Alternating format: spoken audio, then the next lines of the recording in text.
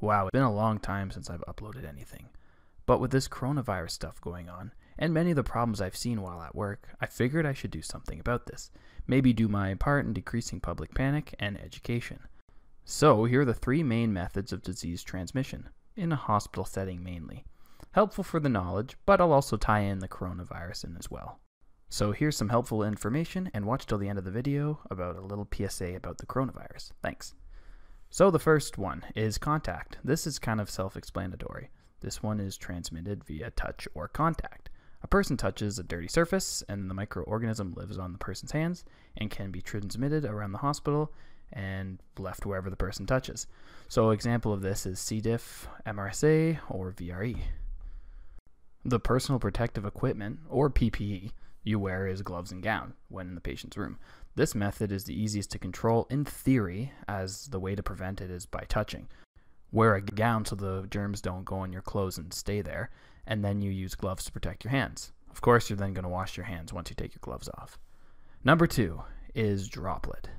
So the microorganisms that are transmitted, they are in spit droplets after a cough or a sneeze. The pathogen lives in the tiny spit globules, but it doesn't really survive on surfaces like contact. However, when a person sneezes or coughs, these tiny droplets can travel up to 6 feet. So if you're within that short distance when the person coughs, they can land on your nose or your mouth and infect you. So an example like this would be the common cold. So the PPE that you'll wear is your masks and your gloves. So this protects you mainly from getting sick since it doesn't really live on surfaces and you don't have to wear a gown. Some diseases are actually known to be both droplet and contact. They can be transmitted by sneezing or coughing and then live on the surfaces for an extended period of time. PPE would be gown, gloves, and a mask. One example of this is the flu, and then another potential example of this is the coronavirus or COVID-19. Since we're in the middle of this crisis, scientists are still kind of figuring out about it, but it appears to be droplet and contact, so it may be able to live on surfaces for up to 3 days.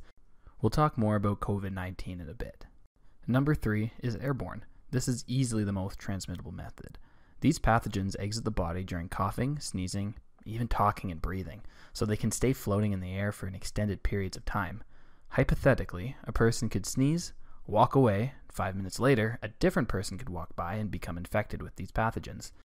This occurs because the particles are extremely small. They're so small that they can just kind of sit and stay in the air and remain there because of various wind currents. Patients with illnesses like this need a private, special room with negative pressure to make sure that none of the air from their room goes to the rest of the hospital and infects everyone else. These rooms are also equipped with a secondary room or an anteroom. This room exists so there's never a direct path from the patient's room and the hallway. This little area is a great place for nurses to put their equipment on and then take their dirty equipment off. The PPE that you would wear would be a gown, gloves, and an N95 mask. An N95 masks are fitted masks that prevent any air from getting into the wearer's mouth. They're also special because tiny microbes can't get through the fibers of the mask. Example of airborne illnesses would be chickenpox, tuberculosis, and measles. Now for some quick bonus ones. A lightning round. So sharps, injuries, or a needle stick is if you're giving a patient a needle or puncturing their skin with something and then it punctures your skin with the same device.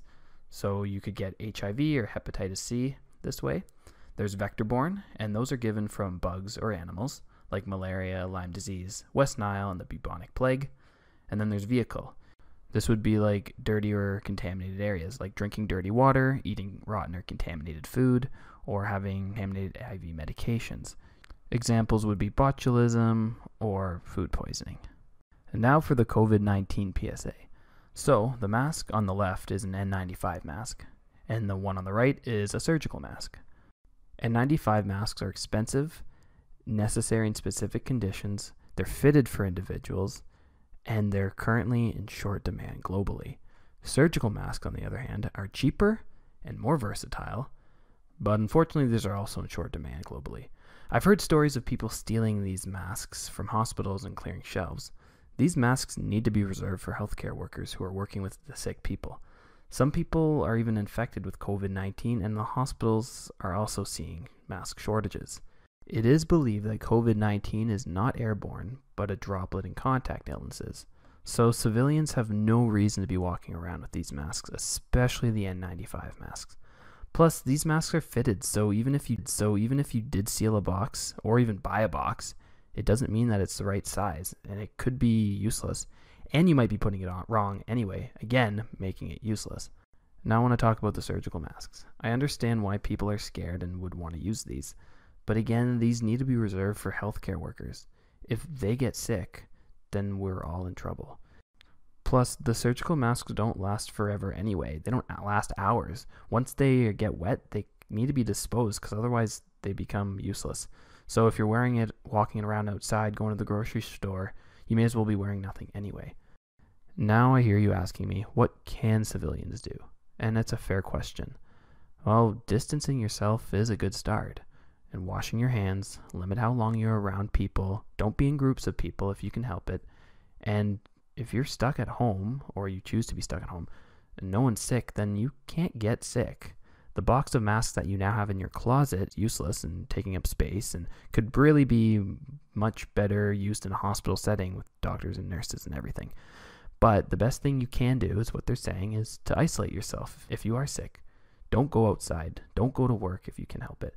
If you think you might be sick, contact your public health center, follow the direction, be informed, be smart, be safe, and don't be greedy. The best thing you can do is just listen to the doctors and scientists that are out there working on this thing and trying to figuring everything out. They've dedicated their lives to this particular field of study, and quite frankly, they're much smarter than me, and they're most likely much smarter than you. So listen to their advice, follow their direction, and don't panic. Thanks so much for watching. Please subscribe for more content if you liked what you saw. I will be uploading again. I realized how much I missed making videos. So more to come. Thanks so much.